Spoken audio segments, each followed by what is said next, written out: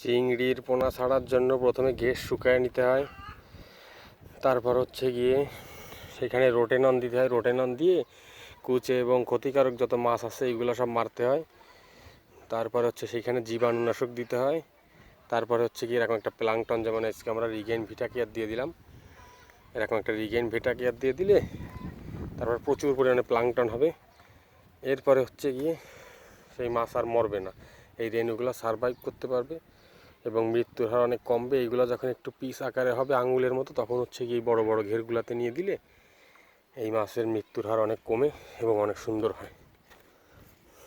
এবং ক্ষুদ্র ক্ষুদ্র যখন এই পোনাগুলো ছাড়া অনেক ক্ষুদ্র থাকে, তো এগুলো সারভাইভ করতে পারে না বড় মাছের মধ্যে দিলে। অথবা জীবাণুনাশক, এই যে ক্যালসিয়াম চুন, তারপরে হচ্ছে গিয়ে জীবাণুনাশক, এইগুলো ইউজ না করলে এগুলো আক্রান্ত হয়, মারা যায়।